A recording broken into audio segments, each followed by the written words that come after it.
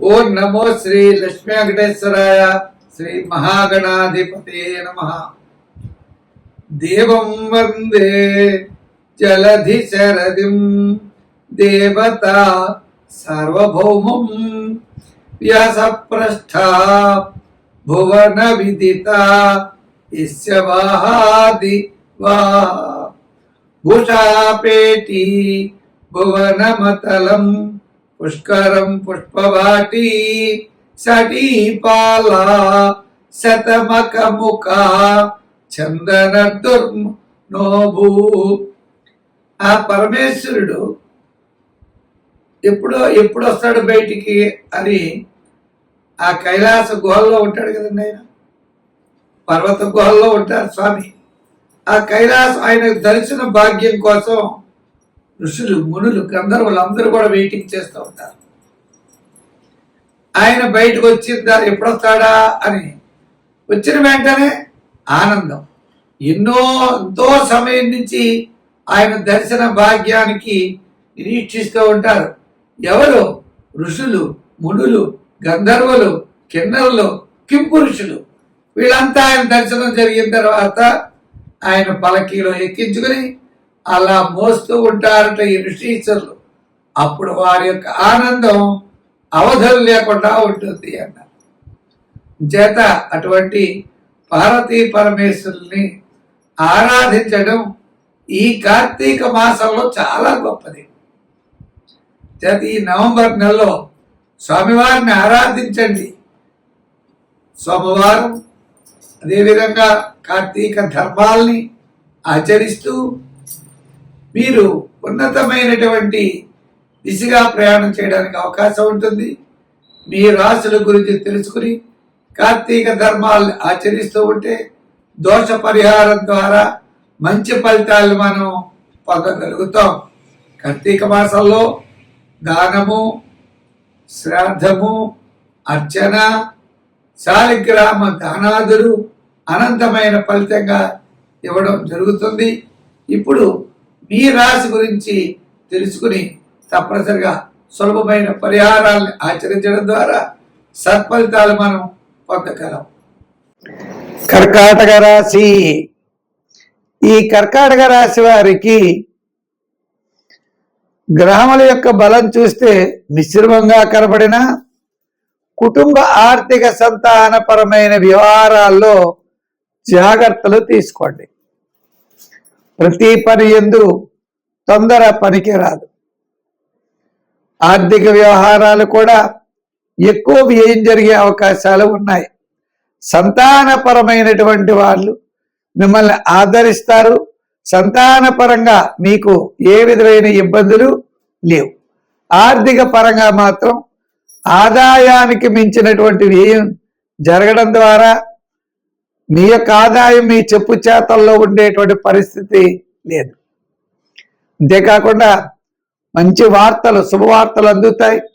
మంచి చక్కని ప్రయోజనాన్ని పొందగలుగుతారు.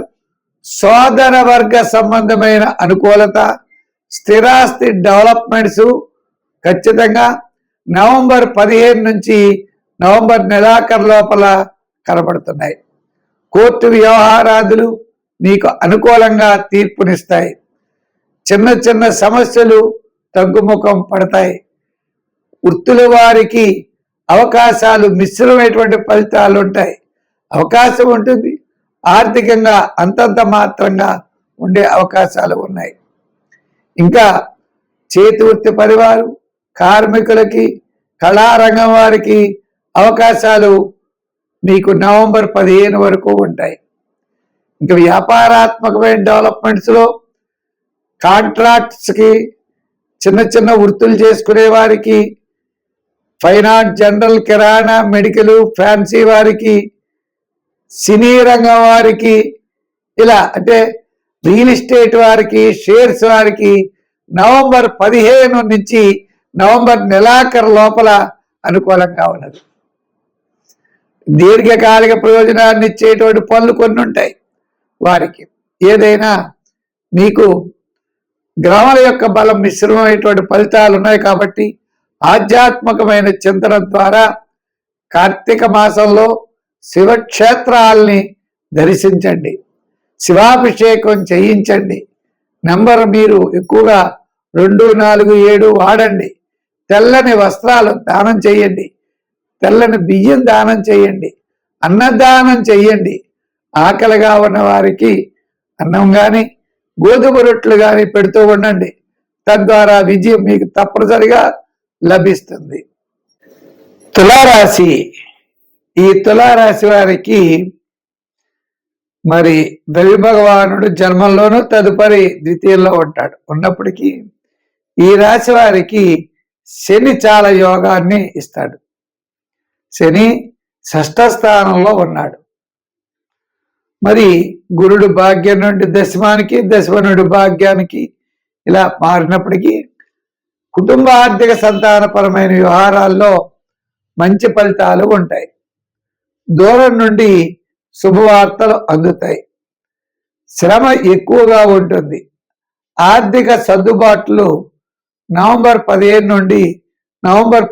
నుండి నెలాఖరు లోపల మీకు ఎక్కువగా జరిగే అవకాశాలు కనపడుతున్నాయి. ఉద్యోగపరమైన సమస్యలు తగ్గుతాయి. విద్యార్థులకి మంచి అవకాశాలు లభిస్తాయి, వాళ్ళకి ఇబ్బంది లేదు. రాజకీయ పరంగా కూడా చిన్న చిన్న అవాంతరాలు, చిన్న చిన్న సమస్యలు నవంబర్ 1 నుంచి 15 లోపు రావడానికి అవకాశాలు ఉన్నాయి. ఇంకా వృత్తుల పరంగా మనం చూస్తే కీర్తి ప్రతిష్టలు పెరుగుతాయి. మీరు చేసే కార్యక్రమాలు సక్సెస్ అవుతాయి. కానీ ఆర్థికంగా మాత్రం కొద్దిగా ఆలస్యం అవడానికి అవకాశాలు కనపడుతున్నాయి. వేళ ఇస్తాం, రేపిస్తాం అని కొద్దిగా వాయిదాలు పడేటువంటి పరిస్థితి కనపడుతోంది. నవంబర్ 15 తర్వాతే ఎక్కువ అనుకూలమైన వాతావరణం ఉన్నది. ఇంకా వ్యాపారాత్మకంగా మనం చూస్తే ఐటీ రంగం అవ్వచ్చు, షేర్స్, రియల్ ఎస్టేట్ వారికి యావరేజ్గా ఉన్నది. షేర్స్ వారికి పర్వాలేదు. జనరల్ కిరాణా, ఫ్యాన్సీ, గృహోపకరణాల వారికి ప్రోత్సాహం, ఎలక్ట్రానిక్స్ వారికి సామాన్యం, యంత్ర వాహన వారికి చాలా అనుకూలం. ఈ విధంగా వ్యాపార పరంగా మనం చూసినట్లయితే ఇటువంటి పరిస్థితులు కనపడుతున్నాయి. ఏదేమైనా ఈ యొక్క తులారాశి వారికి మంచి ఆలోచనలతో ముందుకు పెడితే తప్పకుండా విజయం సాధించగలుగుతారు. సంఖ్యల్లో 6 వాడాలి.